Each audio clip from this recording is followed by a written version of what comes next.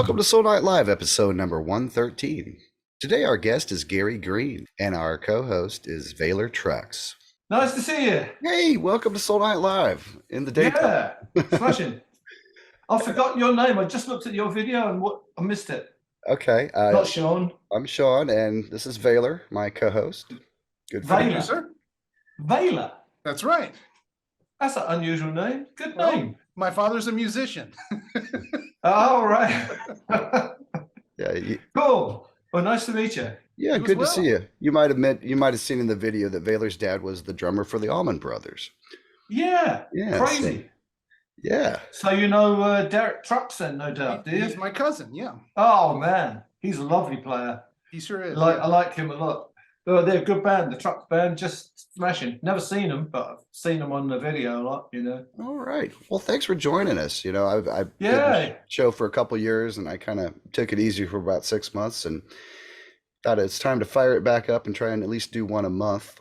And you've been Cool. on my short wish list for a while now, so thank you so much for taking time to come and chat. Hey, you're welcome. Yeah, I've seen you've done one with Derek, maybe two. I don't know. Yeah, we did. As he Yeah. put it well, he said I grilled him quite well.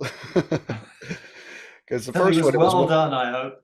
Oh yeah, well we left no rock uncovered. I'll put it that way. Because it was one of these things where I went onto my progressive rock forum and I said, "Hey, I'm chatting with Derek. You got any questions?" And the list was ridiculous. And Now, then, is that Progressive Ears? Are you a moderator on yeah, I'm the one Progressive that Ears? started that back in 1999. Yeah, Did you? I didn't know you started it. yeah. No, I mean, I've been on there a lot and read a bunch of stuff and just always hidden in the shadows, and it's like, it's nice to see sort of Mike Keneally's name come up now and again and Oh comments yeah. and stuff, and he doesn't mind everybody knowing who he is, and that's great, Oh well, Mike's a good He's a good mutual guy. friend of ours, actually. There's the kind of He- one of the. It's kind of the guy that introduced me in Vaylor, probably Ah, 10 years ago now. Yeah, we actually both sat in with him when he was playing here in town, and it was on not the same song, but it was Yeah. still a unique opportunity, and we kind of been friends ever since then. So, and actually, well, Mike's going to be on the show next month. all right. He's He's a got great player, Mike. He's been to one of our hate to call them fan gatherings, but that's Right. kind of what they are. These Gorg things. Do you know about this? Oh yeah, Gorg? yeah. It's yeah. like the yearly Gentle Giant kind of fan festival where you all get together and play a lot of the music, and Yeah. that's an amazing opportunity. The video Well, of you guys with Andy West playing Aspirations is just Oh, gorgeous. there you go. That's the one. Yeah, that's the one that Mike came to at Albuquerque, and yeah, he's lovely. He's a great guy. I really like him a lot. Oh yeah, real inspiration. Absolutely. As are you, and Oh, it's so fun thank to you get a very chance much. to catch up. So tell me, what have you been up to lately? Anything musical, cooking? What's your typical day like? I have to hang my head in shame as regards the musical adventures. There hasn't been. I'm just now actually starting to feel a little bit more energized about playing. I took a hit, 6-7 years ago. You probably remember I had a heart attack in 2015, Oh, I don't think I and knew that that. sort of shakes you to the ground. Sure. It was 2 days before we three friends band was supposed to do another one of those cruise to the edge things. 2 days before it, I couldn't go, but the guys soldiered on without me and did a great job. I saw some of the videos and stuff that they did. I did a really good job of it. It was incredible. But anyway, so since then, 2015, I kind of have not played out live. It just did a number on my head at least. And so no, haven't done anything musically really since then. I've noodled about a bit at home, but now I've finally got a bit of recording software and I've got a few tinkly ideas. I'm hoping to, wrestle into some sort of shape. Who knows? I've got no sort of big aspirations or plans about it, but I'm happy noodling at home, honestly, and I play with some friends of mine locally, just a little bit. So on the musical front, no. Typical day, wake up probably about 5:30 because the dogs are barking, got to let them out, that kind of thing. No, it's quite boring here in Greenland. Greenland. Okay. So you're not in Gary, Indiana, are you? No, That would although apparently be. I have a vague memory of my mum telling me I was named after Gary, Indiana, Wow. Okay. It makes me just think of. because it was an American city and it sounded sort of romantic to her. So Have you heard the song from the Music Man about it? Gary, Indiana, Gary, Indiana. Okay. Well, no, I don't know that. well, the That's in whole the Music Man, the one yeah, with Robert that's the town that thing, 76 trombones. yeah, that's the town it occurs in. And of course, Oh, they right. were going to get one of those awful pool halls that would turn all the teenagers into a bunch of hoodlums. So they had to fight that tooth and nail. That was half of the That's premise right. of the movie. Well, youth are hoodlums, that's for sure. Yeah. So there's been a lot of Gentle Giant boxes and such that have come out in the past few years. What was the most recent one? Buried Treasure, I think. The giant was on the cover, and he's looking a little older, as we all are. That was the one before the last one. Oh, okay. There's been one since then. What's the most recent one? Hold on, I've got it right here. Oh, that's Wow. right. And that's the Front row center, and it's all vinyl. It's like I don't know, it feels like about 30, but it's several. I don't know, it's about 12 albums. yeah. And that was Yeah, but that was mostly live stuff, right? yeah, honestly, the recordings aren't pristine because they're from the 70s and they're kind of like board tapes, or somebody in the audience. So they're the best ones we could find of sort of any unreleased stuff, and they're kind of just out there as a, I don't know, sort of testament to the band, sort of, that's all that's left. There's no new material, so.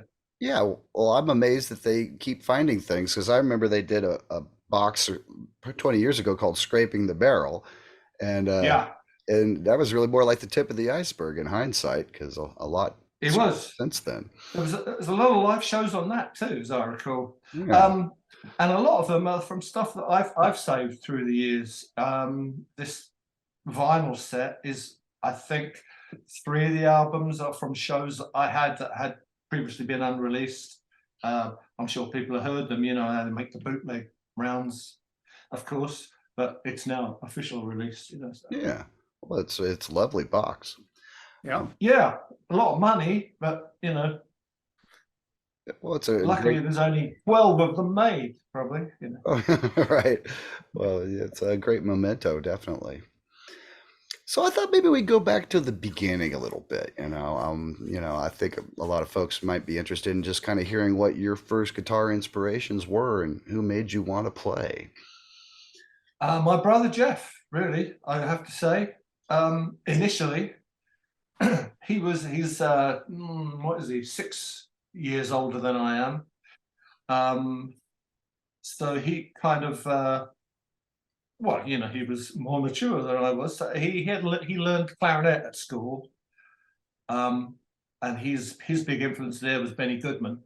Mm-hmm. And as he listened to more jazz, and he started going to like coffee bars as they used to be in the late 60s, where the sort of nefarious stuff happened. He got introduced to other music, and mostly what really piqued his interest was Django Reinhardt.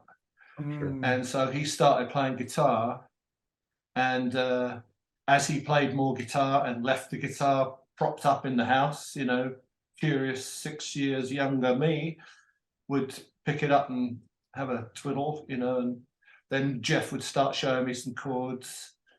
And so I learned, probably that was when I was about 12-ish, I suppose, a bit earlier than that, 11, 12, around about there.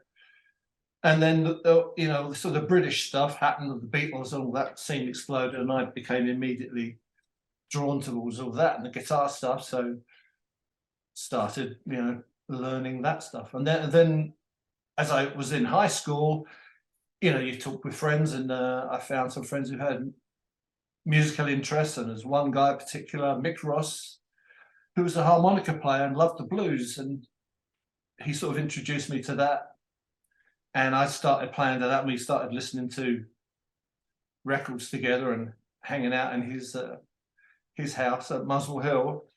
And so in high school, he and I used to play the blues, sort of huddled together in corners in high school classrooms, on breaks, and like what you would call homeroom, I guess, So yeah, so that was it. Really started me off. Were there That's any great. particular rock players at the time, anybody like Cliff Gallup or anybody that kind of made you go, oh, I really love his style. I'd kind of like to go in that direction. I suppose the first guitar player that I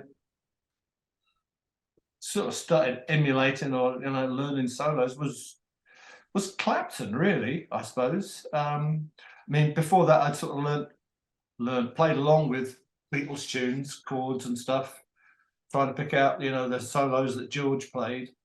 Those were the formative ones, really, for me. And then having discovered, I don't know, there wasn't a particular, well, I don't know, trying to think. I don't know, somebody who spoke early to me in guitar-wise was also Django, I've got to say.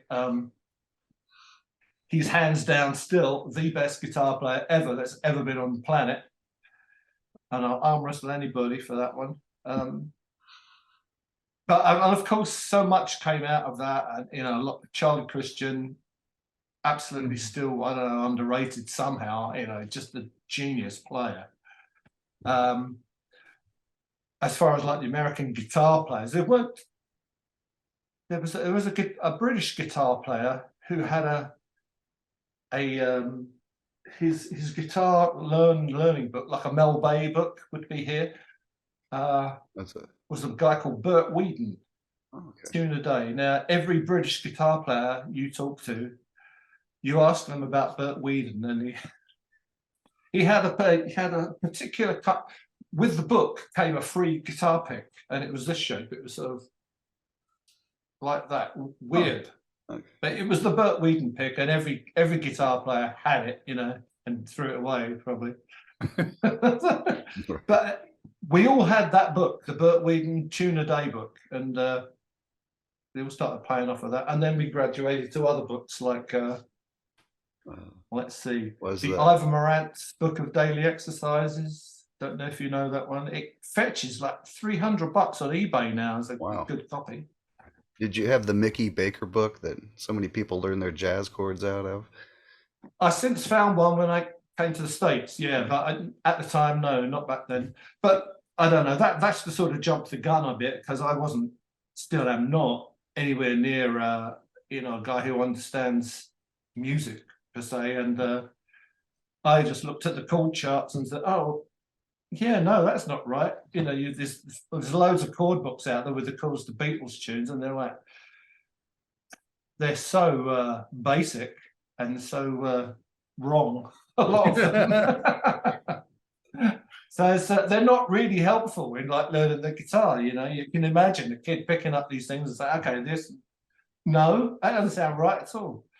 So, and then they give up on guitar. So another opportunity lost. I went through that myself. My older brother, kind of like you, I had an older brother that played. Some of my earliest memories are of him just sitting on the bed there plucking out Beatles songs with the Fate book.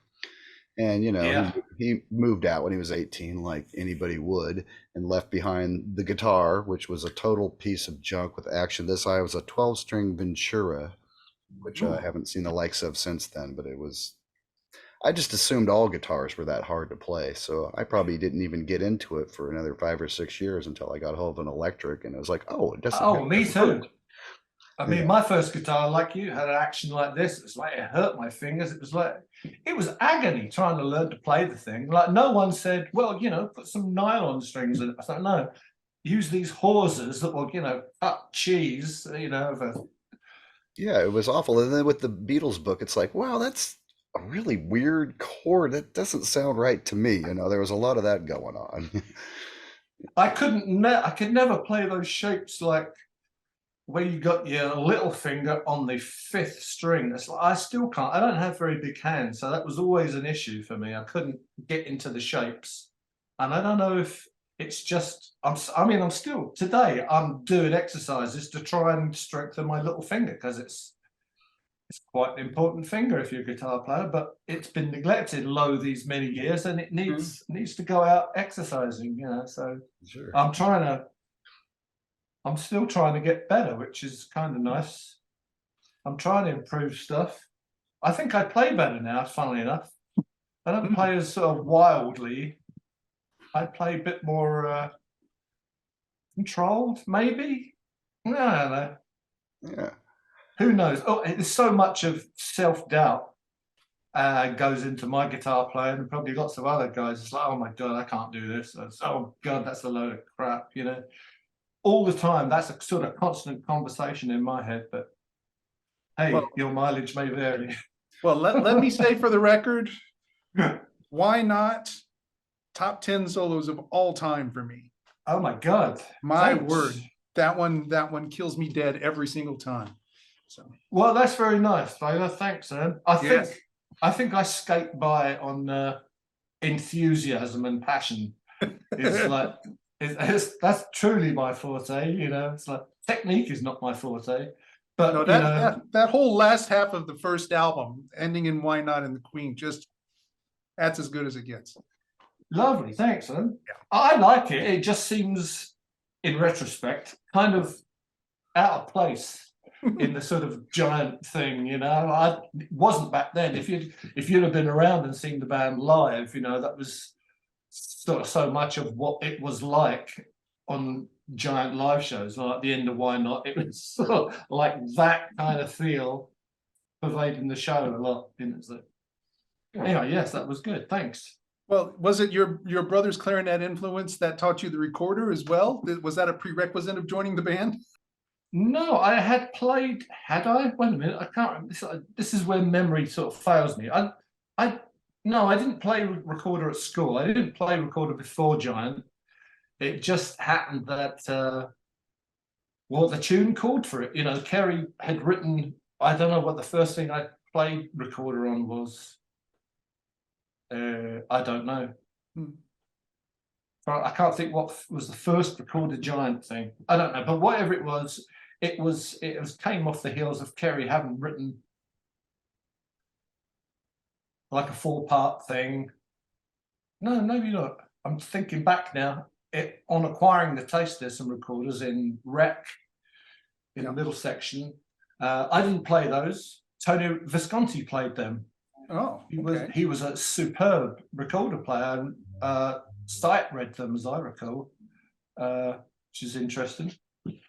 You sort of think of this sort of producer of Mark Bolan and Bowie fame, and here he is sight reading recorder parts in a sort of weird middle bit for Giant, But no, I learned the parts in response to there being a need to play these parts. That's what it was always. It was always kind of what that was in Giant when something was written, and there was an idea behind it for it to be a particular sort of ensemble, where it might be violin, cello, vibes, and recorder. Then I would learn that recorder part. So I got, I don't know, halfway proficient on it. I mean, I wouldn't, no way a brilliant recorder player. Good enough to play the part, hopefully, most nights without getting too out of breath. It's like, but I try, obviously. I mean, I'm making light of it, but yeah, I did do a proper job trying to come up with the right tone, consistent tone. Pitch it's a bastard on those things if you're not a proper player, which I wasn't, of course. But Kerry and I had been to see a couple of Kerry's love of music is, all over the map, but mostly back in sort of classical and Baroque, if you like, early music, early English music. There was a ensemble called the early music ensemble. I think they were led by David Monroe, who was a brilliant recorder player. And they used all traditional early English medieval instruments, sackbut and rackets, all these things. And so Kerry and I went to see them a couple of times, and just the sound of those instruments was just, it just sort of galvanized us as to, you can make, obviously, we want to have these sounds be represented somehow in Giant somehow, and Kerry would use those influences in some of his writing. In the early days of amplification, did you guys have trouble trying to get those in the mix well in a live context? Sure, we had a lot of those in the very early days. I mean, the very early days, the sound systems were very rudimentary. There weren't, at first, any monitors. There was just like side fill things, which were very hard because, you had like one mix through it, so it was kind of like all drums. So it's very hard, like hearing yourself. That's why I started stomping my leg, to help us keep time, because Kerry couldn't hear me from his side of the stage. I couldn't hear him. And obviously, when you're playing that music, you need to be very locked together. And so we had a visual metronome, or representation of a metronome in my leg, was a part of the thing. So I don't know when we started using recorders. I know when we first started using electric violin on stage, Ray had one of the very earliest Barkus Berry pickups, and it sounded horrible, as I recall. There was no, it was really thin and scrapey. But I think, you hope, that they were able to do something with it out front, to make it a bit more of a mellow sound. But the sound that was coming off stage was a bit grating. It was sometimes hard to play with the noises that we could hear, so we were, a lot of the time, some of the time at least, sort of playing what we played, the music, whilst imagining how it ought to sound out front, and sort of responding to that sound rather than the screech of the Barkus Berry come. And the worst one was for Kerry's cello. He had a similar Barkus Berry thing on that, and that sounded not good at all either. And it was hard to play something like Funny Ways, which is a beautiful little song, with a thin, scratchy, reedy noise coming from over there. And the reaction, So, yeah. The reaction from the audience, this is, very unique for a rock band to have this kind of instrumentation. Do you think that they were kind of taken by surprise by it initially? I would think the context as well. I remember the story about playing with Sabbath at the Hollywood Bowl, and can you share heard the tape? Can you share your memories of that particular gig for folks that may not have heard the story before? Have you heard the tape? Because the show exists on tape with all the expletives in it. It's there. Well, I mean, they hated us, Sabbath audience, basically, and especially in LA. They were, I don't know. It was a Hollywood crowd, and they were kind of, rich folk, I suppose, in all the best seats, and they had come to rock and roll with Sabbath, and here we troop out we played Funny Ways, violin, cello, vibraphone, Phil singing like this, very quiet, and they didn't want any of that at all. And they threw cherry bombs at us. Oh no! Yeah, and they were exploding. They were really loud. I don't know what are they? They're like a quarter of a stick of dynamite, M80s or something. Yeah. I don't know those things. And Phil lost his rag with them, and so did Derek. And you can hear it on the tape, folks. I mean, I won't repeat the letter, but it's, it rhymes with runt. Right, exactly. Like, who's the He runt called them that a threw that up bunch here? of runts, and then we carried on playing, as I recall. I think we finished the show. No, we weren't going to be like muscle bullied off stage by them. In other shows we did in Sabbath, we knew what kind of crowd it was going to be. It's Black Sabbath, you know, for God's sakes. So we tailored our set mostly to stronger, more, you know, aggressive, punchy stuff. We only had 40 minutes to play, so we had to, and it was our first tour of America, so we needed to make an impression, you know, a positive impression. So there's a recording of us somewhere, I don't know where it is, New Orleans maybe, we played the Sabbath, and we played the set, and it's just so fast. It went through it really quickly, you know, get the hell off that stage. But actually we won them over, we were persistent, you know, we were there to do a job. We'd come all this way, you know, to win the colonies over. So that was your first trek overseas to the States then? Yeah. Was But there was go there ahead. another tour shortly thereafter where you wound up with Jethro Tull? Yeah, it was part and parcel of that same tour. I think what happened was we played whatever it was, a month with Sabbath, and then somebody got ill or couldn't continue on. One of Sabbath couldn't continue on to finish out the rest of the tour, so we were kind of in limbo. And I remember we holed up for, I don't know, 3-4 days at Roger Miller's Inn in Nashville. The hotel he bought off the, what's it called? Da da da da da da da da da 50 cents, you know. Man of means by Oh, no. that's right. That's what it's called. I got King of the no Road. King of the cigarette. Road. There King you of the go. Road Motoring. Yeah. So that's Okay. what it was. So we holed up there for 4 days, and our management was trying to see if it could get us on any other tours, because we were sort of booked there for a bit.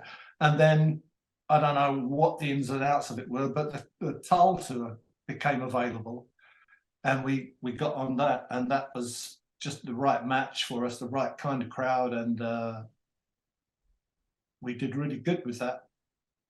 So that was the first tour, but it was, I don't know, we were away, it seemed like a long time, 2-3 months, you know, which back then was a long time. Sure. Well, what an Still a exciting long time. Yeah, it was. Getting to see America, or our little corridor of tunnel America, you know, the plane, the baggage claim, the hotel lobby, The the highway. green room, the stage, you know, that's what we Well, saw. you've seen the best bits then. And those bits are the same wherever you go, which Yeah. is funny. It's true. Very true. So how did you hook up with the Shulman Brothers? I'm guessing you were aware of Simon Dupree prior to that, and I had been, yeah. but that wasn't a known quantity when I answered an ad in the Melody Maker, the British weekly newspaper that came out. And there was always ads in there for, you know, band seeking guitarist, whatever. And I was in a dead end job, back living with my parents out in Essex. And I decided I'd been like a semi-pro blues player, you know, had been in, but that wasn't doing anything, of course. And I was, you know, to be truthful, a bit ambitionless. But one day I seemed to wake up a little bit, say, I don't want to do this. I'd like to become a full-time player.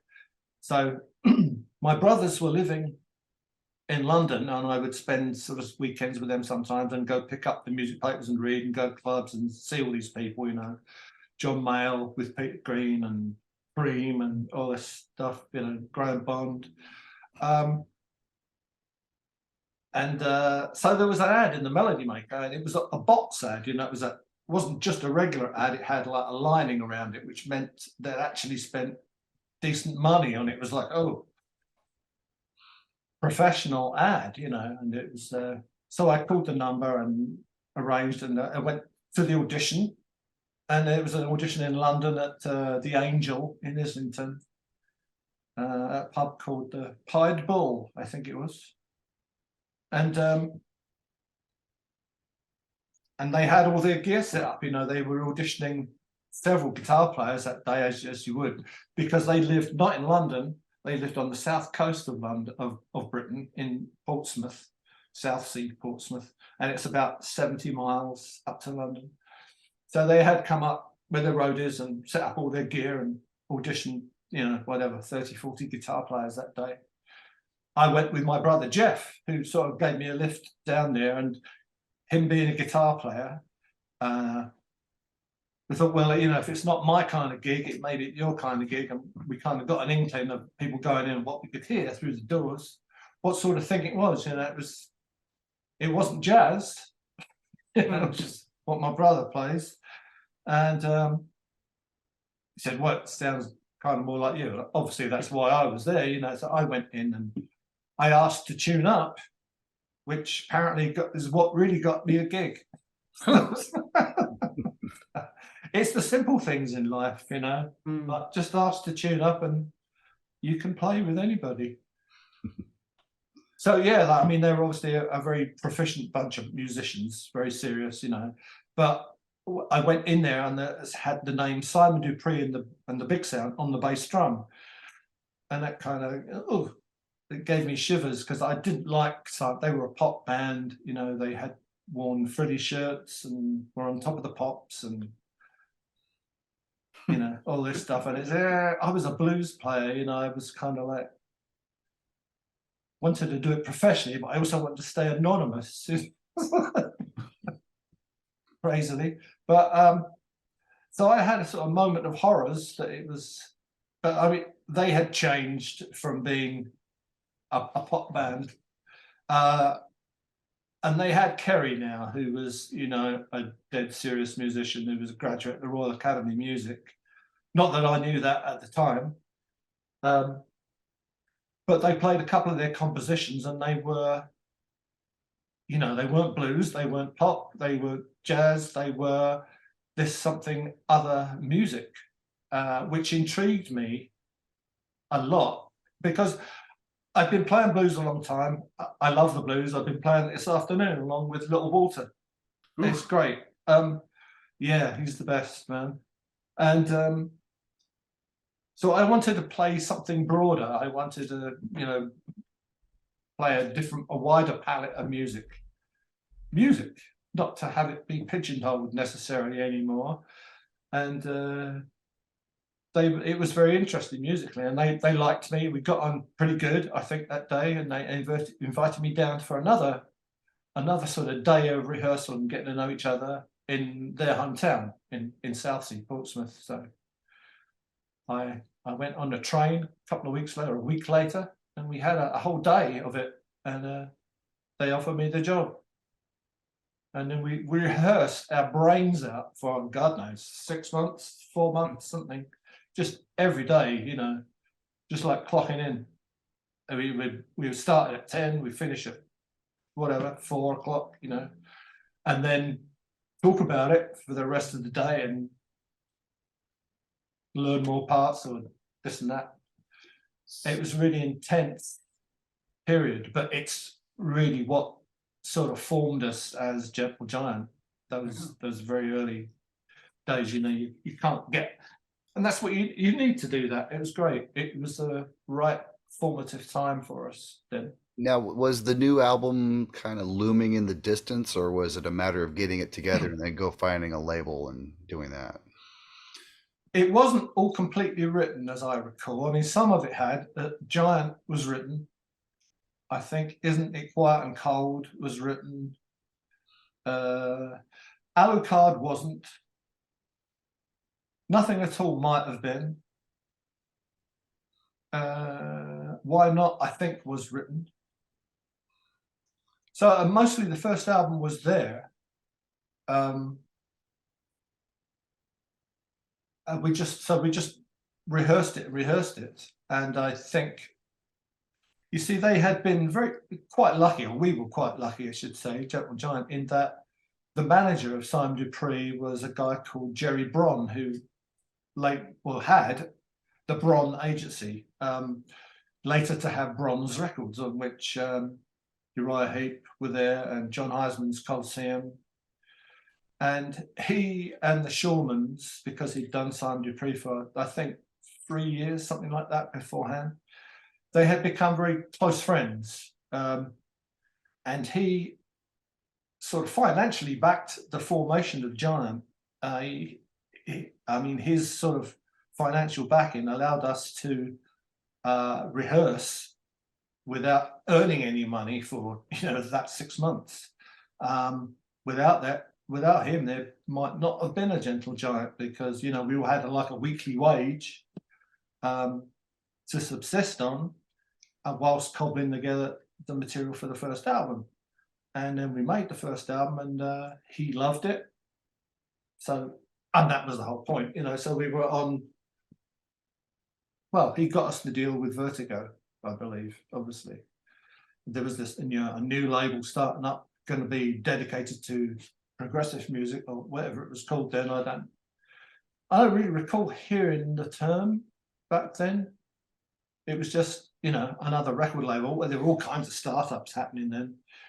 1971, would it have been? I think the first album. Sorry, what was your question? No, that was the gist of it. And I was kind of curious, when did you start playing out as a group, and what were those first gigs like, and how did the audience react? Our first gig was in Southsea, Portsmouth, I guess, at the what was then called it was for the Portsmouth Polytechnic Students' Union. And we played in this massive, it was a military armory building. I think in the Second World War, been used to store ammunitions or something, but it was huge, cavernous, and awfully echoey, and so it was the local boys of Somme Dupree having their first show as the new, I think this is the first show, as the new Gentle Giants, as they called us, I think, the Gentle Giants. So it was a good show, as I recall. I mean, we were all cotton-mouthed, enthusiastic trying to play it. But we played a couple of isolated shows. We didn't go on tour. We played, there was a kind of a festival they did in Portsmouth. I think Mungo Jerry were on the bill. In the summertime, sure. Yeah, right. Who else? And there was like a BBC Radio 1 DJ who was the MC of the thing and stuff. But we then started to creep out and play sort of isolated gigs. There was one we used to do fairly regularly in Southampton, which was like 25 miles away, called the Bassett Hotel, I think. But we did isolated gigs, and then that's mostly what we did until, well, that's what we did. We did isolated tours, and then isolated shows. And then we were able to do a few tours, actually, a couple of tours, I think, with Colosseum, because they were also with the Bron Agency, and they were well known in Germany. So we were able to get into Europe with them, and we did those were great shows opening up for Colosseum. There was a very friendly audience, and they were lovely guys. And funny enough, Malcolm Mortimer is now playing with Colosseum. Oh wow. Yeah, so sort of full circle, as it were, which is great. As unfortunately John Heisman died a couple of years ago, and they started up again, and Malcolm's in the drum chair doing a great job. Awesome. One of the things that I love about it, just in terms of, rewarding your listeners, is that you reference both Rabelais and like B-movie horror films, and the references are all over the place, right? Had you read Gargantua and Pantagruel before you had joined the band? Were you familiar with what the references were when you were? I wasn't. No, I was not. No, those came from Phil, particularly. Phil was the eldest Shulman brother by 10 years. So he was. I mean, as I was 20, Phil was 30, so there was quite a gap if you remember when you were 20 and you looked at people who were 30, you thought, They're kind of like my dad over the hill, but I didn't think of Phil that way. But he was the elder brother, the sort of elder statesman, you know, and he was kind of a philosophical leader of the band. I think, you know, like in saying that it should be a literate, serious musical adventure. This is not sort of for the faint-hearted kind of thing, you know. And that intent is what sort of formed Giant really in the beginning, and you know that's what we became. But the literary Phil was well read, as was Derek, and Ray, come to that matter. But Phil was perhaps the most voracious reader, and he liked to steal things too, literary things, you know. So he had purloined stuff from, you know, Lang for knots, and which was great. I mean, you've got to look everywhere for influences, and but yeah, so Pantricle was a great story. It became a wonderful tale to tell. Yeah, accompanied by this. He had weird music, so let's have some weird lyrics. Sort of. Now, who came up with the name Gentle Giant? Well, as I recall, and I think Derek remembers this too, it was one of Jerry Bron's managers. He was I don't know what you'd call him, honestly, what his position was, but he was one of the guys in the agency, of the Bron agency, a guy called Colin Richardson. And I remember sitting there in the sort of lobby of the place, you know, a little hallway of which there were doors and offices off, and him saying, or us thinking, you know, well, we've got to come up with a name, da, da, da, da. And he came in with this and said, how about Gentle Giant? You know, describes the music. Because, you know, then we were talking about the music of the first album. So Funny Ways was the gentle part, and Alucard was the giant part. So I didn't like the name, honestly, at first. I'm not sure Derek did. I don't know. It'd be interesting to find out what everybody really felt about the name at the time. You know, it was thrown at us, and we all kind of, okay. Nobody went, yeah. Yeah, we all sort of went, all right. I mean, got to have a name, right? So here it was. You know, like Visions of Jack and the Beanstalk, I think would have gone. Yeah, it sounded a bit sort of fairy tale-y, you know, and which was then spun out with the whole story on the pull-out sleeve, you know. Fold-out sleeve. I mean, in retrospect, it's an okay name, but it was, I don't know, I found it a little tough to live with at first. And it was nobody ever got the name. They sort of, what's your name? Gentle Giant. The Gentle Giants? Yeah. No. You know, so it wasn't a cool name like Cream, Pink Floyd, you know. But there you go. It was a name. Yeah, it worked. That's what held us back all these years. So you guys got in the loop of recording an album, what, pretty much every year after that? And sometimes 2 a year, as I recall. Yeah. I think so. This is so long ago now, Sean. I wished I'd have kept a diary. So I don't know. There was one year which we recorded 2 albums, I think, but I don't know what year that was. But it seemed like, I don't know, everybody now seems to think, wow, you toured a lot. You're working all the time, you know. But I remember thinking, we need to be playing more, you know, going out. Every time I was picking up the Roadie Maker or some music paper, bands were all over the place all the time. We're always in the news, you know. It seemed like we weren't, but I'm probably just remembering it wrongly. I don't know. But yeah, obviously, the diaries and the tour schedule. There is somewhere out there a tour schedule. I don't know if you've seen this. If you go to the Gorg site, there's a friend of ours, a guy called Jack Skelly, who has written a very comprehensive year by year, month by month, day by day diary kind of thing of what Giant was up to. All the gigs, everything and sort of additional notes and stuff.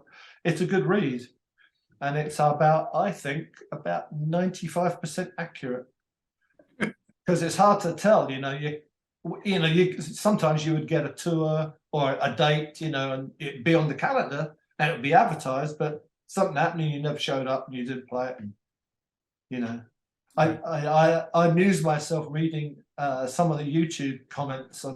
I read them all the time, all those, and some, for the most part, they're wonderful. They're so. I mean, people love the band so much; it's wonderful. But there are some things that people just make up out of thin air. It's like, I saw this tour in 1975. They played 6 hours and played 47 instruments. I said, no, we didn't. We never played more than like an hour and a half ever anywhere, I'm sure. Well, one gig I think we did with 2 encores, so we ended up playing an hour and 50 minutes, 2 hours maybe. But no, so those are funny. Yeah. So I wanted to ask you a bit about your peers.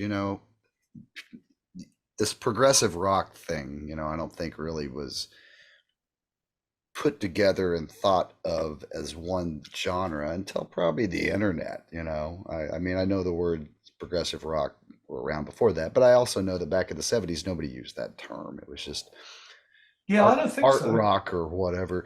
Did you ever run across any of your peers like Yes or Genesis? You remember any of those groups back in the day, and did you ever play any shows with them? No, as I recall. We didn't play any shows with Genesis. We did play a bunch of shows with Yes later on, when they were huge.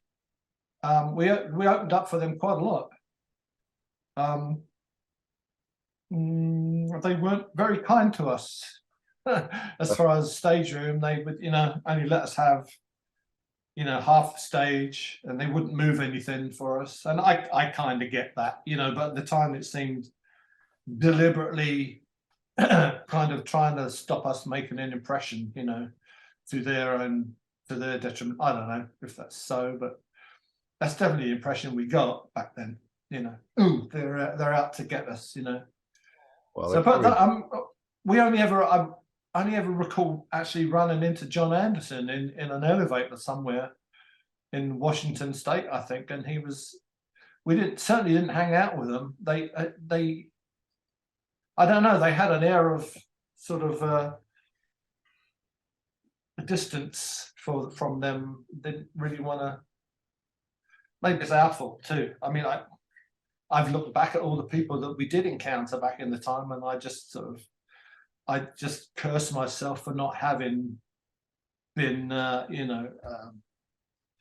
having enough balls to go up and say, "Hey, I'm Gary, and it's nice to meet you, and come over play and have a chat and stuff." Larry Coryell burst his way into our dressing room once, which was great. Oh, wow. The door flew open. He said, "Hi, I'm Larry. Come down and have a play." He was opening up for us somewhere. I don't recall where it was, but I do remember that. We didn't go down and have a play with him, but it was very nice of him to ask. I think. Go ahead, Vaylor. No, I was just going to say I did actually pretty thoroughly search to see if you guys ever did a festival or a show or anything with Shulman Brothers, and it didn't happen. That would have been a good story. Yeah. No, we didn't. I've listened to them a bit since. I didn't get them so much back in the day. They were a different thing to us. Yeah. And I mean, during the time of Giant, we were very much sort of honed in on what we were doing. We were very kind of tinkered, if you like. We were very focused on what we did, to the exclusion of palling around with other bands, even, or with musical collaborations. Sure. I don't know if that's a good thing or not. It's certainly what happened, and it kept us as a tight unit, and may explain sort of our sort of individuality, quirkiness, if you like. It works. In hindsight, to me, I don't hear a whole lot of connection between you all and Yes and groups like that. I actually hear more with the Canterbury groups, Soft Machine, Gong. I was wondering if you have any memories of any of those groups, and if you ever played with any of those, or was a fan of that particular kind of stuff. I liked Soft Machine. I'd seen them a couple of times. They used to be, back in the day, they used to have these things called all-night gigs. You know, I don't know if that happens anymore. Probably called raves now. You know, Yeah. you've got to do ecstasy and all that stuff to do it. Yeah. Anyway, back in the day, at the Lyceum Ballroom in the middle of London, they used to do all-night gigs, and I went to see Soft Machine there on one of these. This was the original Soft Machine. Robert Wyatt. Oh God. Hugh Hopper, Yeah. Mike Ratledge. Yep. Yeah. And that was when they were a three-piece, I think, you know. And they were great. I loved them. That first album, I still like that. And then later on, my brother was a jazzer, and the Soft Machine were more a jazz band than a rock band, really, for sure. And they got Elton Dean in with them, alto saxophone player, who my brother used to live in Stoke Newington, and on the street they lived on, Elton lived, and Jeff had roaded my brother, had in a weird period when our mum died in 1971, my brother took on a roadieing gig with Soft Machine for a tour of Italy. So he was a roadie for Soft Machine for a while. Oh, wow. And in that period, he borrowed, with Mike's consent, Mike Ratledge's Echoplex, which I used on the guitar solo in Peel the Paint. And that was all around that period. Our mum had died at a very early age. She's 51. And Jeff had gone off with Soft Machine. Giant, were recording Three Friends. And so everything was like swirling around. And come the solo for Peel the Paint, I thought it'd be neat to have some sort of trick, you know, something. And Jeff had got back and got Mike Ratch's Echoplex, so I borrowed it for that. So that's what that is in there. And anyway, so Jeff knew Mike Ratledge henceforth, and he was always in this jazz scene with Keith Tippett and Elton Dean and Nick Evans, trombone player, Mark Sharrock, cornet player, all these guys. They all lived in the same street. So it was a good time. It's kind of chaos a lot of the time. Elton had a snooker table in his upstairs, so we used to go pile around his house and play snooker. And I think Robert Wyatt was there on one occasion. So it was all kind of a mix of. So yeah, I knew the Canterbury scene, or at least that part of it. And Phil Miller, I knew a little bit too. Well, you've opened up the gearhead, right? You know, I've got so many questions about gear. Number one, that burst Les Paul that I've seen you play just about every time I've ever seen you play. Gorgeous, beautiful, lovely, wonderful instrument. Where did you find that beastie? We were gear shopping, the band, and we were in London. I don't know why we ended up here. We went to a shop, don't remember. Anyway, it was in Kingston upon Thames, which is sort of very, very West London. And we went in there looking for stuff. And I'm looking around like,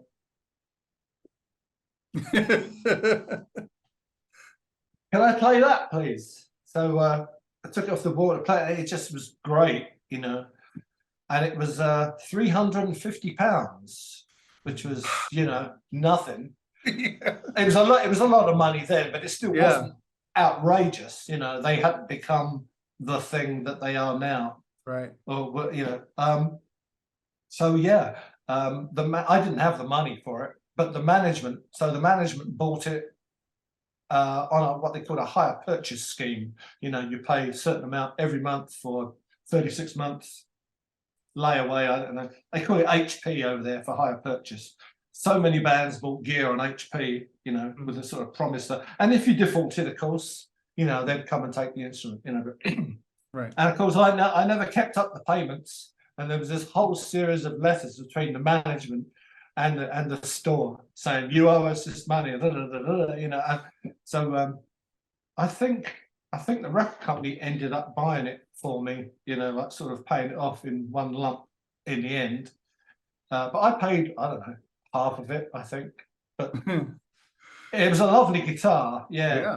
While I had it, it wasn't the original neck on it from the get-go, which I didn't know until years later because I knew nothing about it. I only liked it really because Eric Clapton had played one, and Peter Green actually, whose guitar I really liked the sound of. That Echoplex that you had gotten from Soft Machine, is that on the beginning of Working All Day as well? Is that the same one? No, that's a good old Eventide digital delay, I think.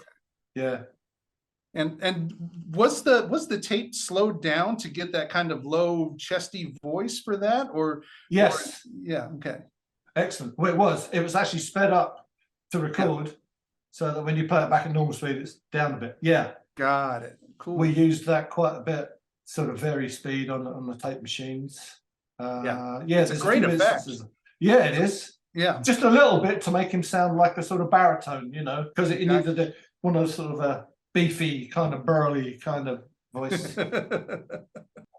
So yeah, you know, we did do an episode about Civilian, which is an album that I think sometimes gets overlooked a bit because it's at the end of the run and was so different. And I was just curious if you had any memories of it, and you know, the fact that it's such a more direct sound. I was wondering if it was just a conscious effort, like the 80s are here, music is changing, we should be a little less elaborate, or was it just a natural evolution? It was an attempt to have a hit record. Yeah, it was definitely made with that in mind, to make it, you know, more attractive to being bought. Because, you know, if you want to be in a band that plays obscure music, something's got to pay for it. It don't just happen unless you're all, you know, lottery winners. I mean, you know, none of us had any money, so whatever we earned with the band, it kind of perpetuated the next phase of the band, you know. So as the records weren't selling at the rate of Genesis or Yes Records, those funds were not coming in. So, you know, it became just almost unsustainable to continue the band without having funds coming in. So it's like, okay, how do you get funds coming in without, you know, robbing a bank or something? But, you know, so try and make a hit record, which we'd started to do, you know, earlier on, for sure. You know, we tried to be a bit more mainstream without compromising the band's musical integrity too much, which I think in retrospect was probably the wrong thing to do. I think had we kept doing what we did, we may have ended in 1978. I'm not sure, but I like to think, you know, our persistence in the pursuit of, you know, our original sort of musical goal would have paid off like a, you know, like a what do they call those, a Hail Mary pass in football. But it, you know, it wasn't to be. So we had made Giant for a Day, which is probably the weakest of all the albums. You know, Missing Piece I like a lot. I think that's a good album. Civilian, I think, is a sort of creditable swan song. It's a very slight return to some of the earlier Giant stuff, but it's a strong album in and of itself, but probably for another band. You know, but it had despite the sort of excruciating circumstances we made it under, it's a pretty good album. We had used a consultant for Civilian, a guy called Lee Abrams, who had done some consulting work with Yes and some other bands too. Now he was a FM radio programmer in the 70s, and he's responsible for how FM radio sounded all over. Well, he was the programmer. Whatever he said, radio stations all around the country adopted his playlist and his ideas of how to promote and get big audiences for FM radio. So he had become a consultant as well, like advising bands on the structure of the tunes and what they ought to do, the psychological impact they should have to try and be played on FM radio, which was what we were trying to do, to get played a lot so that people would be exposed to it, so they'd buy the album so we could continue playing as a band. So we took some of it on board, but a lot of it was sort of a lip service by us. He'd recommend that this should sound, cinematic, and this should have punchy bass and crisp highs and all this stuff. And but we ended up sort of knowing that FM has got to have these kind of things with it anyway. So that's the album we ended up making, Civilian. And we moved to LA to do it. Well, we didn't completely move. Derek had moved over to LA. He was living there. He was married to an American girl at that point. He was living in Hollywood, just down the road from the Chinese Brownman's Theatre, as it was then. John and I shared a flat for the duration, and Perry and Leslie had a flat, and Ray and his wife Barbara also had a flat. So we were living in LA, but we weren't liking it. I wasn't liking it. Kerry and Leslie were not liking it. So we were living there, and the album was being written, cobbled together, rehearsed and stuff in there. But I felt like an alien there. It was so much not our scene. It was hot. It was foreign to us. We were very much British guys. Steeped in rain and queues and fish and chips and stuff. And it was so like not Hollywood what we were. But anyway, so we got a great producer for that album. We got Jeff Emmerich, who was, as you know, the Beatles engineer, and he was great to work with. He was so professional, really, and real personable. And we made the album out in Sound City, I think it was, out of Van Nuys, I think. And a little studio called Bijou, which a former roadie and sound manager and tour manager of ours, Dave Zammit, was working at in West Hollywood, I think. And so we did some recording there as well. And George Martin came along one day in the studio, and we met him and stuff. So that was nice. There's Jeff Emmerich and Mr. Martin right there. No kidding. Make us sound like those guys. Just a little. Well, I think And the it's trick is, of course, no, they can't. Can you make me sound like, no, you're who you are, that's what you sound like. That's the ultimate truth of music in the recording studio. You can't be anybody else but yourself. Don't work. Yeah. I think it's a good album for what So it be is. the best version of yourself you can be. Well, sorry, what was that? I was just saying that I think, on its own merits, it's a good rock record. If you kind of I think so too. don't think about what previously came, it's on its own merits. I think it's a good one. I like it better than Giant for a Day. And Missing Me too. You can hear you heading that way with Missing Piece as well. It kind of straddled the line really nicely between what was going to come and what had happened in the past, I think. I think Missing Piece has got a couple. Go on, sorry, One Vaylor. small word in defense of Giant for Today is that Friends is a beautiful song. Which is? Friends. Yeah, that's John's. Yeah, it's lovely. I mean, it's a lovely little piece that if you're a finger picker guitarist, you can whip out, and it's just as fabulous as can be. So yes. Well, here's a little thing about that. Every gig we ever did, well, not every gig, loads of the gigs we did, we're sitting backstage before the show and warming up and this and that, and John would have my acoustic guitar raised, and he'd always be like cranking away on it, So we heard this piece coming together for like months as he sort of picked these bits out, and then he had finished it eventually. But it was interesting, like all these gigs, he played like this thing, and then you can hear it be this tune when we came to like do Giant for a Day. Giant for a Day, yeah, that's right. It's lovely, yeah. It's a good little tune. It really is. Yeah, I think so. And it's heartfelt, it's very John. Nice. Backtracking just a little bit, how did you guys hook up with Tony Visconti? I don't know how the arrangement for him to meet us came about. It must have been through the management, I'm sure. Bands needed producers, and I don't know how that process came about, honestly. Back then it was almost like producers were these sort of, I don't know, imaginary figures, that sort of came in and sort of waved a magic wand and made these records, hit record. I don't know, I've no idea how it happened.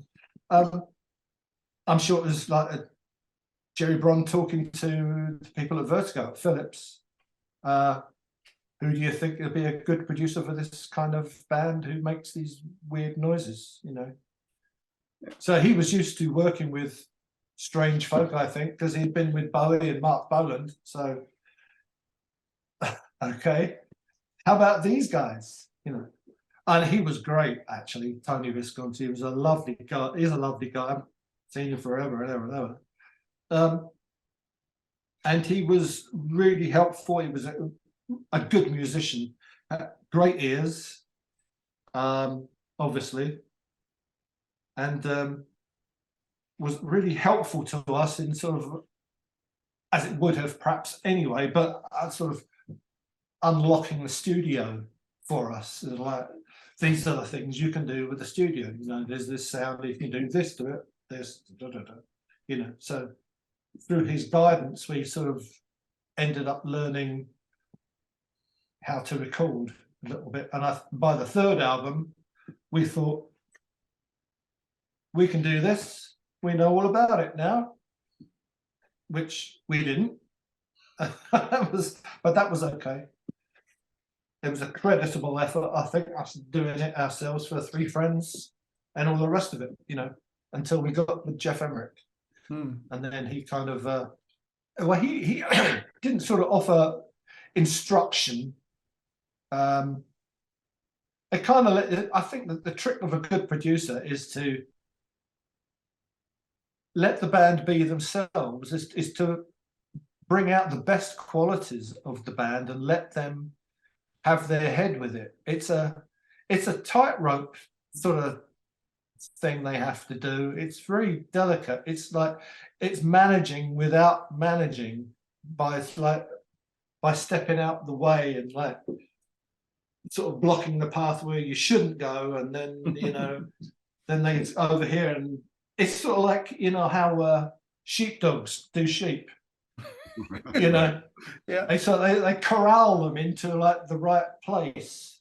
There's quite a lot of that, I think, goes on in producers.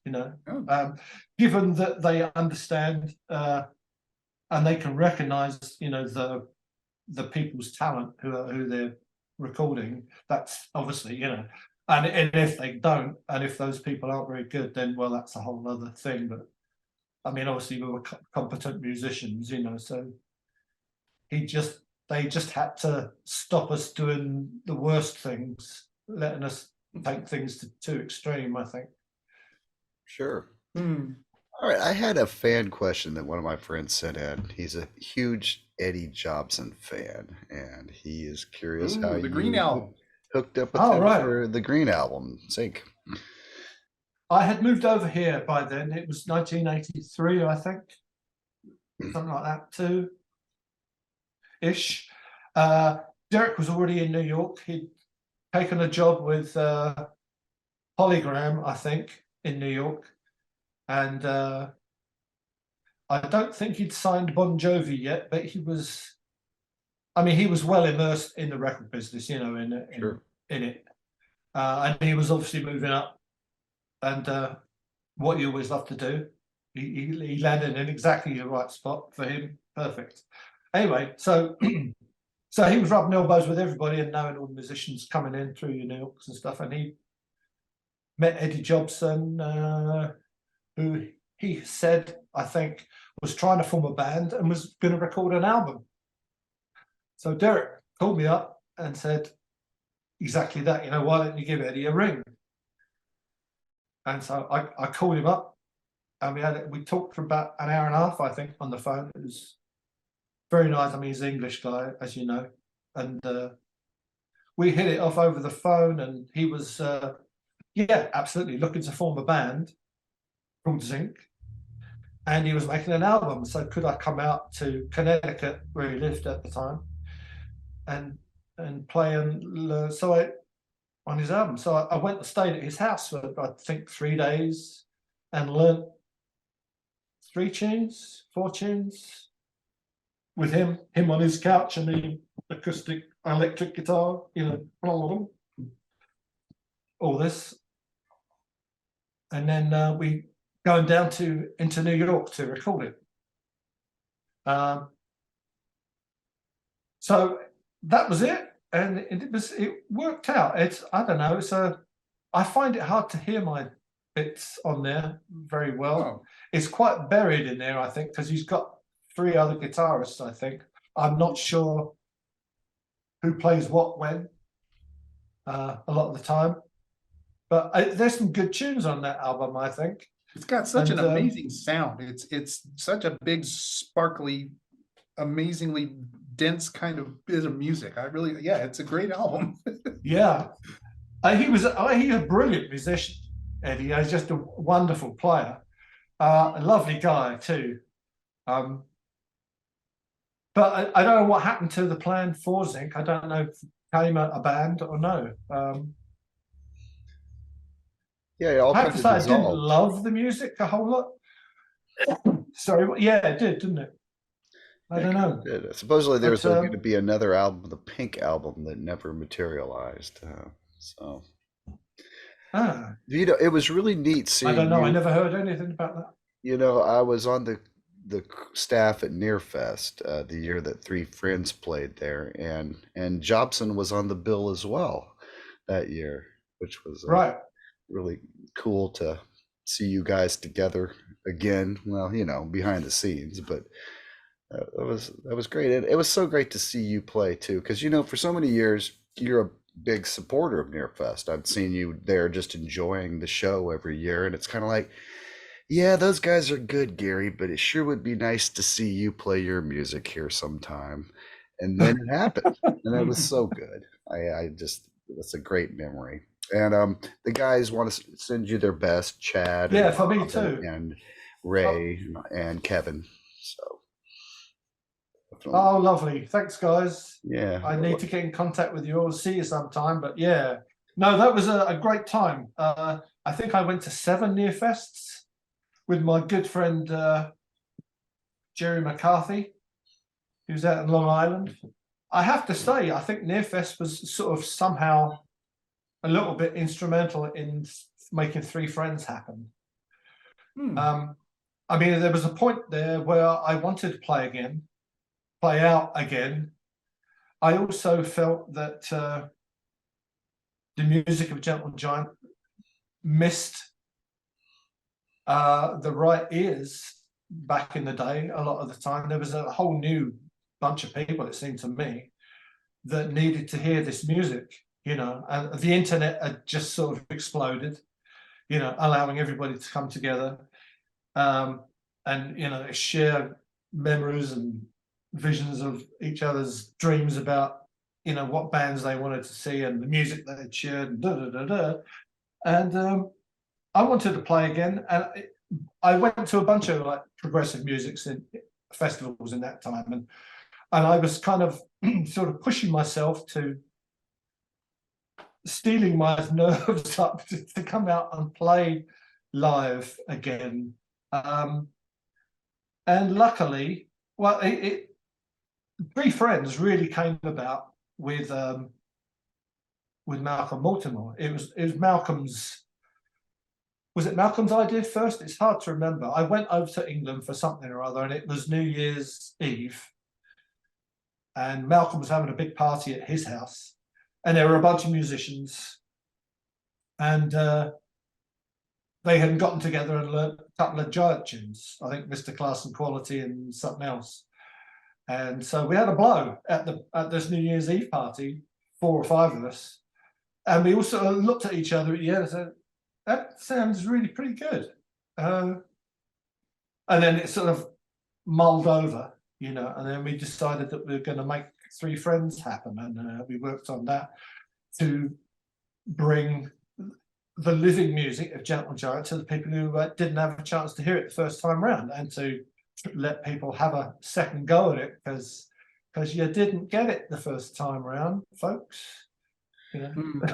No, I was busy going to grade school. I think no. The internet. Right, yeah. Where were you? I was having ice cream at Dairy Queen. I know. Okay. There's all of these reaction videos now, and Yeah. And I cannot tell you how many times I've just been browsing. There's a new one reacting to Knots or reacting to So Sincere. Those two especially seem to come up a lot. Yeah. Yeah.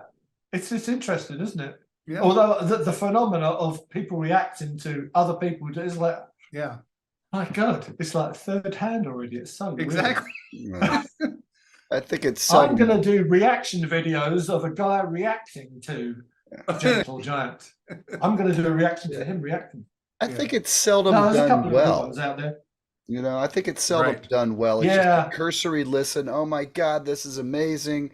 Who cares? That's what I love about Vaylor's show is he goes deep. He listens to it once and then he listens to it. Well, he knows about music. Yeah, he comes back to it and then he even creates a piece of music in the style of that record to be the background music for the show, which nobody does. I've noticed that. Yeah, that little. I noticed that in the background to the civilian thing. You've got something going on that's sort of civilianish. Okay, I reckon, is that us? No. Yeah. No. It sounds a little. Which song was it? The funny thing about that one is my first attempt at trying to write and record a piece of music. I played it back and listened to it. I said, "This is note for note what's on the album. I have to start all over." It sounds familiar. Well, yeah. Which song was it that inspired that? I'm trying to remember now. Oh God damn it! Why'd you have to put me on the spot? Darkness something? No. It'll come to me. I'm sorry. Sorry. It's all right. We'll move on to something else. Yeah. No, but I noticed that in the background. I'm listening. What? What's that now? Is that us? No. Kinda, but not. No. It's entirely me screwing. Well, what a good idea. Well done. I mean, that is, what they teach at music school, of course, is like, well, go home and write a fugue in the style of, Johann Sebastian, Yeah. That's today's homework, Okay. So we talked about the plan is eventually to release an album, but that'll come later. But yeah, he's going to make. Anyway, sorry. Go ahead, John. Derek, Vaylor plans on making an epic out of all the little pieces because we've done like 25 episodes and we've done all kinds of stuff. A lot of Canterbury Band, Soft Machine, and Gong, and things of that nature, and some solo kind of stuff. So put it all together, and it's going to be the most amazing epic ever. And slightly ADD. But speaking of getting into very interesting projects, the Pink Floyd tribute albums, holy smokes, the Back Against the Wall and Return to Dark Side of the Moon, the personnel on that is mind-blowing. How did you get involved with those? It turns out that Billy Sherwood is a Gentle Giant fan. Oh yeah. That'll do it. And you find this all the time, it's like this guy, which is fantastic, Again, I think he knew Derek. Yeah, he did. Because Derek had signed his early band, whose name I can't remember. World Trade. Anyway, Derek had signed them That's it. Yeah, good deal. Do you just remember that, or did you got a teleprompter there or something? Anyway, so yeah, so he'd met Derek. Da, da, da, da, da, da. So yeah, he was doing this. He's a very hardworking musician. Billy Sherwood is. He's busy all the time. I just admire that in people, because I'm so not like that. It's a shame. I try to be, but there you go. We are who we are. And anyway, so he had knew all these people, and managed to bring them together. And he did it all remotely, or at least it wasn't remote. I went out to LA, so again to his house where we recorded it. But it was just me and him, and then he'd do him and whoever. Can't remember anybody. Loads of people were on those albums. Oh my goodness. Adrian Blue, Alan White, Keith Emerson, John Webb, Yeah. Weasel Zappa, Steve Morse, Jeff Downs. I mean, Rick Wakeman, Chris Squire, Steve Lukather, Steve Porcaro. I mean, it's the cast on that is mind blowing. Yeah. Malcolm McDowell. Yes, did the narration. Yeah. And William Shatner on a later album. Yeah. Oh, were you on that? No, I wasn't, but I'd like to have been. Under the Mystery, that one? I always wanted to go up to William Shatner, and like in the context of it being a prog music thing, I'd like to say bass, the final frontier. Fabulous. Should be a Bootsy Collins album. Yeah. So I'd be remiss not asking you a bit about. And that's how those came about. I'd be remiss to not ask you a little bit about your amps over the years. I know we talked about your wonderful Les Paul, and what were you using in the early days, and did it change along the way? Four rigs, I think, through time. For stage rigs rather. H&H. Yes. Like you said, solid state. Yeah. The first thing we had was whatever they had from Simon Dupree, which was Park 100-watt and 2 4x4 cabinets. So we all had those. I had one, Ray had one, Kerry had 2 stacks, I think.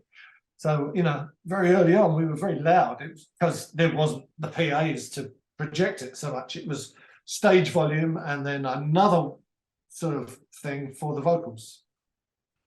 Yeah, crazy. It wasn't like everything went through the PA back in the original days. It was, the sound all came from your individual amps and whatever volume you happen to have on that. So the balance was down to you turn down, was not controlled from out front. Anyway, so that's history. But yeah, so the first things were tube amps, Park, which I kind of wish I had now. But and then I don't know why we got rid of them. Well, they got old, I guess. And then we went gear shopping. I think this is the same time-ish that got the Les Paul. I think we probably got our first record advanced. We were going out on tour and we needed to have like some serious gear and stuff, or at least some new gear. So we went shopping and I tried out a whole bunch of rigs. And I really liked the sound of this H&H solid state 100 amp and one 15-inch speaker. What do they call it? Folded horn. The speaker faced backwards and it was reflected out. Oops. So that's what I used an awful lot back in the originally. Second stage of gear.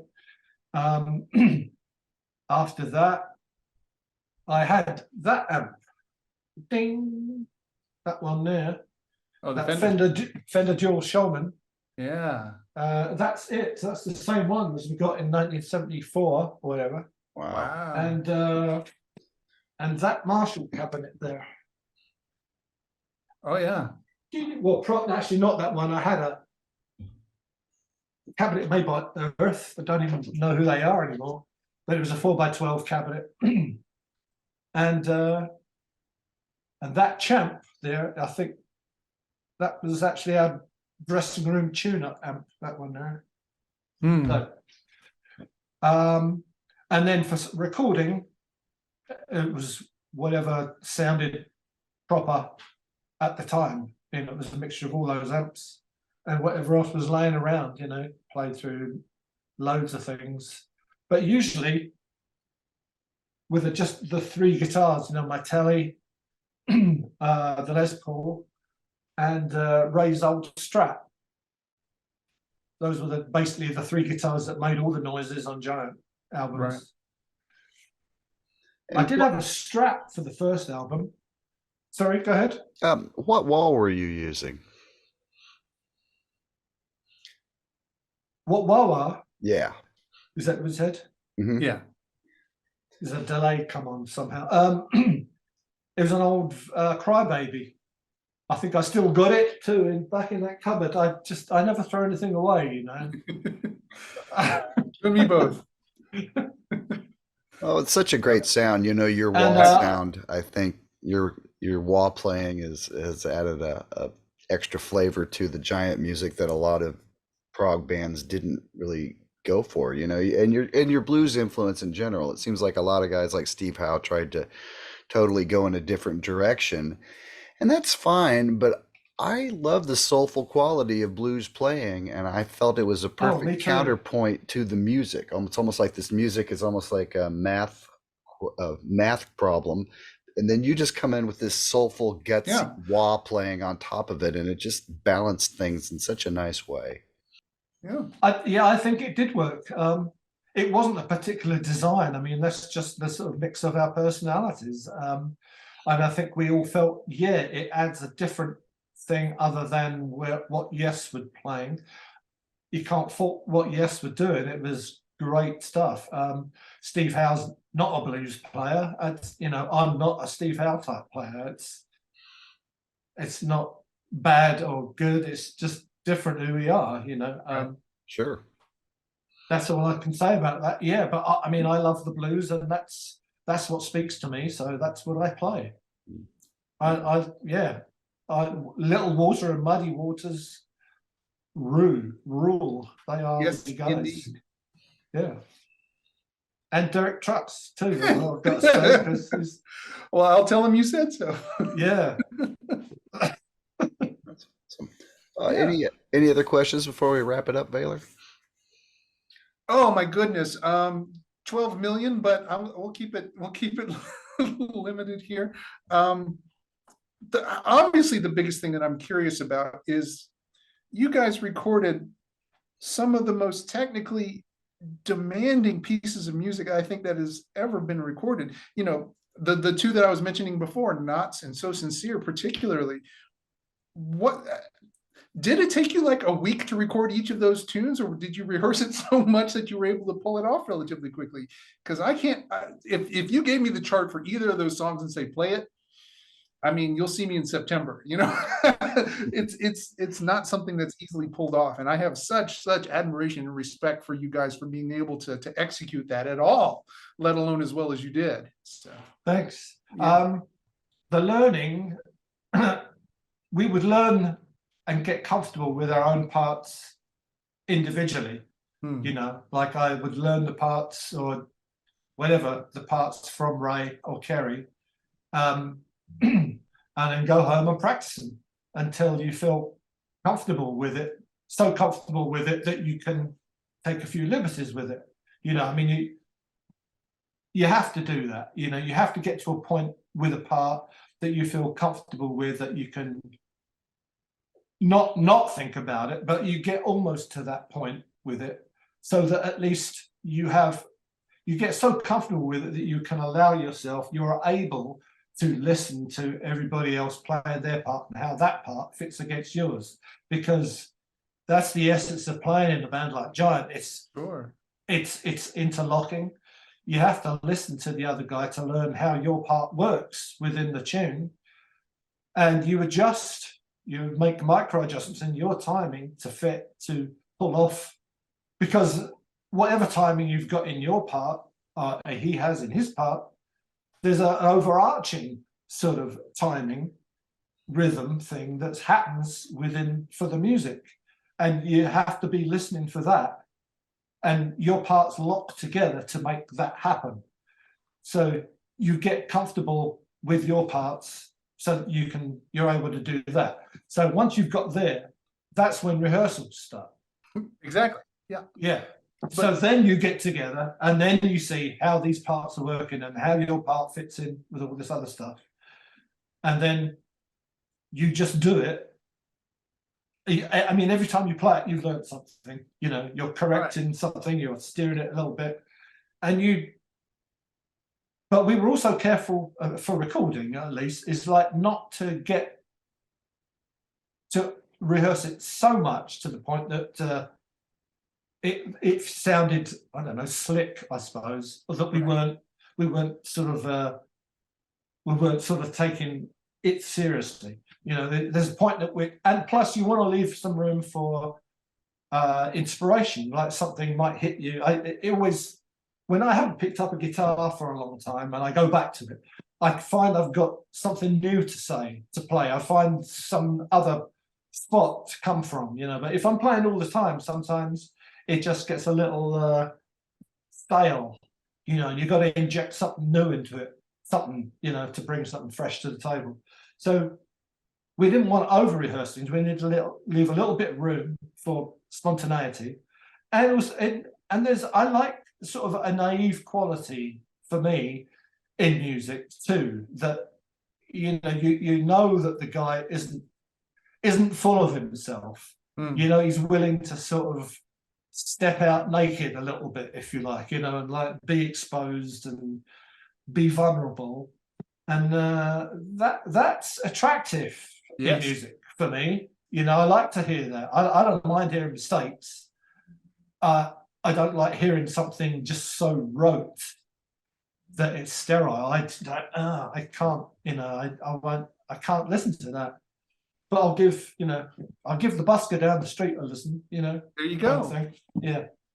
But I'm not going to let you get away with this too much, because there's a quality to Gentle Giant's music that is beyond just the process of learning a piece and playing it in an ensemble like you described. Because I think for a lot of your music, you have to learn how to learn in new styles.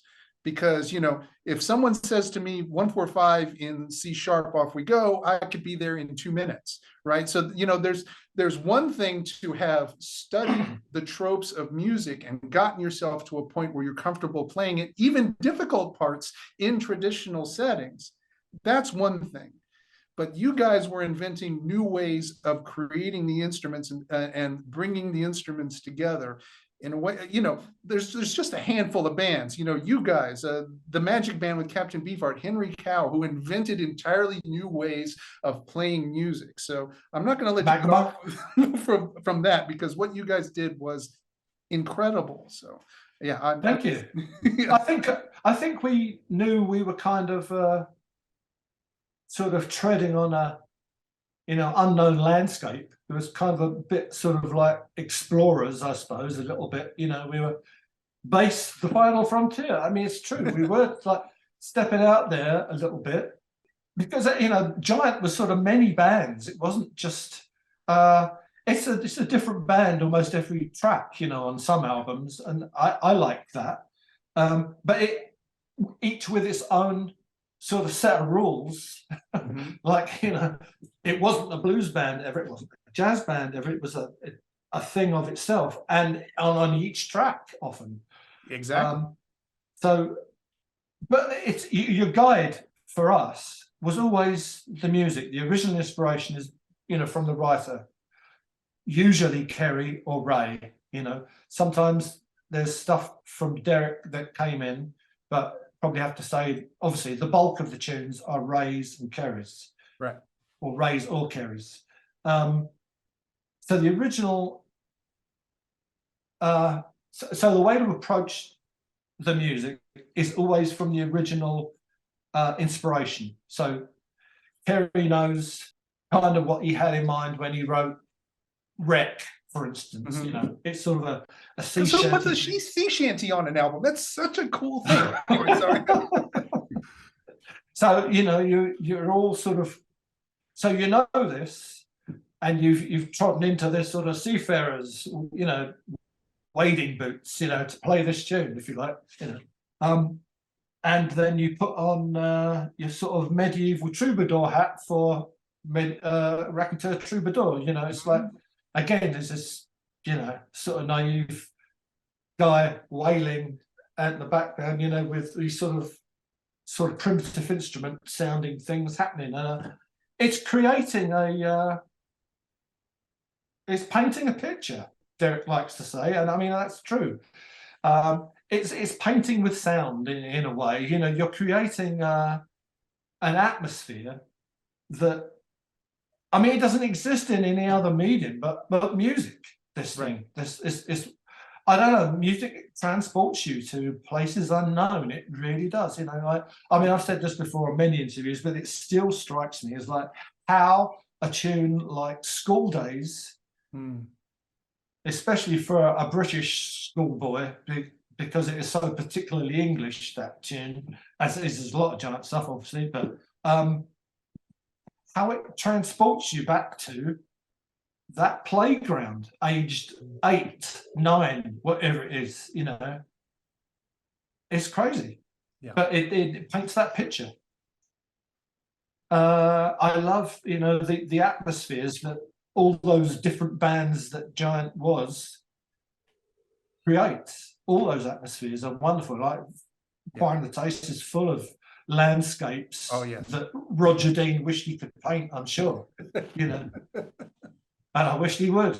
Well, I feel like I'm getting greedy now, so I'll leave it at that. Thank you so much for your time. That's all right. I mean, I think this is where it's interesting, all this stuff, this is where it lives. This is where the music comes from, these areas that we're talking about. It's nice to talk about gear, but really in the end, it's just something you play through, and it's like, that doesn't make the sound. Yeah. These make the sound. You can't be anybody else. You can only be yourself. So, get on with it is all. That's great advice. That's great advice.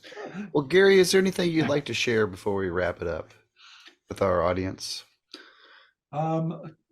Yes, bring back Nearfest, please. No doubt. I mean, it was a great thing. There's a couple of not to decry.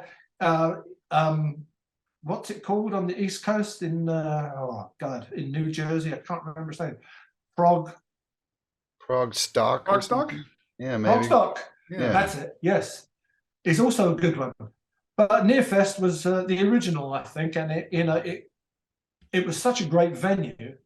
Yeah, people really wanted to go there and play. I mean, you had Keith Emerson there, for God's sakes, which is wonderful.